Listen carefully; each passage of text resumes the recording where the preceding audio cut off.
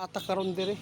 Babala ng ating kaibigan yan sa lahat po ng mga makapanood sa ating video, paki-share. Baka meron kayong mga kamag-anak na malapit sa sapa kung saan laging naaabot sa pagbaha o mayroon po mga bagyo. Kaya tandaan po ninyo mga idol, no, nababahala si kaibigan. Bakit po kaibigan? Ano po ba ang nakikita po ninyo dito na mangyayari dito?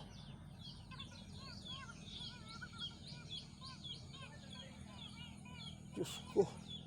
Guys, nababahala si kaibigan, no? Kanina, sunod-sunod po talaga ang mga paggalaw sa ilalim ng dagat. Ibig sabihin yung mga idol, mayroon talagang super typhoon na posibleng masasagupa natin dito sa ating bansa. Kaya sa lahat, ipinapahanda po ng ating kaibigan yung mga may kamag-anak sa malapit sa mga sapa. Baka mapapahamak po kayo, no? Natakot si kaibigan mga idol, baka po magkampante po kayo.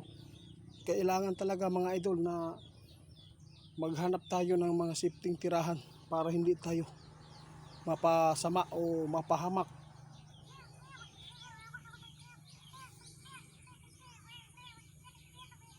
Diyos ko, grabe ang nakikita ng ating kaibigan mga idol. Sa ilalim sa dagat mga idol, nakikita ng mga kaibigan natin ngayon ang sunod-sunod na pagbula o paggalaw sa ilalim ng dagat. Ibig sabihin nito mga idol, talagang makasagupa tayo ng super type. Masama talaga ang sign na nakita ng mga tao mga idol na ipinapaabot sa atin tungkol po sa hugis bagyo, super typhoon na kulay dugo sa kalawakan. Talagang yun po ang babala nun kaibigan. Pero kaibigan, ano po pa nakikita po ninyo dapat, no, na marinig po nila yung mga makapanood sa atin? Ano po ang dapat po nilang gawin?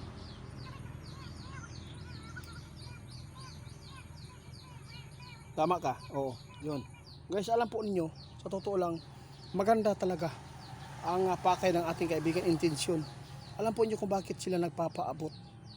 Dahil maraming tao nagkampante. Kaya ipinapaabot po nila itong impormasyon para po ang mga tao makakuha ng pamamaraan o idea na talagang mayroon pong ipinapaabot si Linyo dito. Baka mangyayari, malapit pala kami sa dagat at malapit din po kami sa sapa. Lagi po naaabot ang aming bahay ng baha. Yun po ang intensyon po ng ating kaibigan mga idol. Kaya tandaan po ninyo ito, hindi ito masama. Guys, mayroon lang akong ipa-plug dito. Paki-report sa pick account na si Ghost Hunter 88 Fans 2.0. Maraming salamat po. Basta mga Ghost Hunter 88 fans, may mga fans ang lolo, scammer yan.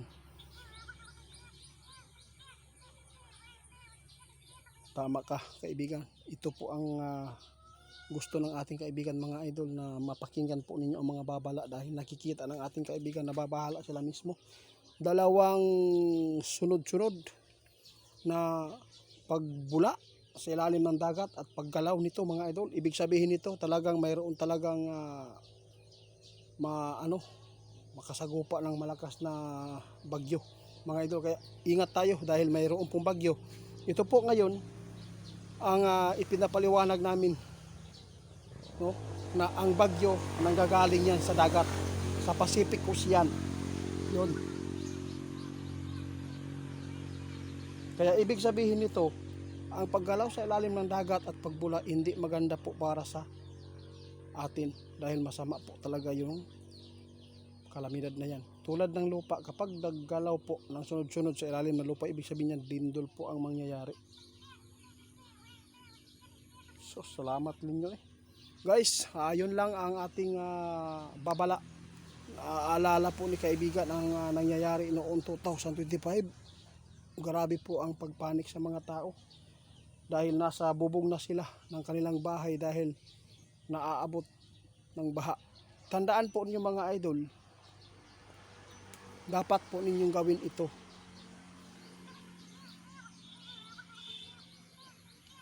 Tama ka. Pwede natin maiwasan ang kapahamakan mga idol basta nasa tama kang pag-iisip. Tulad po sa iba ngayon, napakarami ang bumili ng lupa, tirika ng bahay, yung mga shifting lugar hindi naaabot sa baha, at yung mga tao naghahanda para sa kung sakali may digmaan, bumibili sila ng lupa sa gubat at sa bundok para po taniman ng mga pagkain ng pangbukid. Po yan. Kahit paano pang iimbak ninyo doon sa syudad ng mga pagkain, kapag tinamaan po ng misil, bungkag yan, madestroy yan. Yun po ang totoo sabi ng ating kaibigan. Kaya walang ibang safety ngayon mga idol kundi ang bundok, kung sakali man magkaroon ng digmaan. Yun lang, hindi po kami nananakot. Kung sa amin lang makapagbigay po ng paalala. Salamat ninyo guys, hanggang dito na lang muna. Si kaibigan umalis dahil mayroon po silang trabaho ngayon para tingnan po ang pangyayari pa dito sa ating mundo, sa ilalim at kalawakan.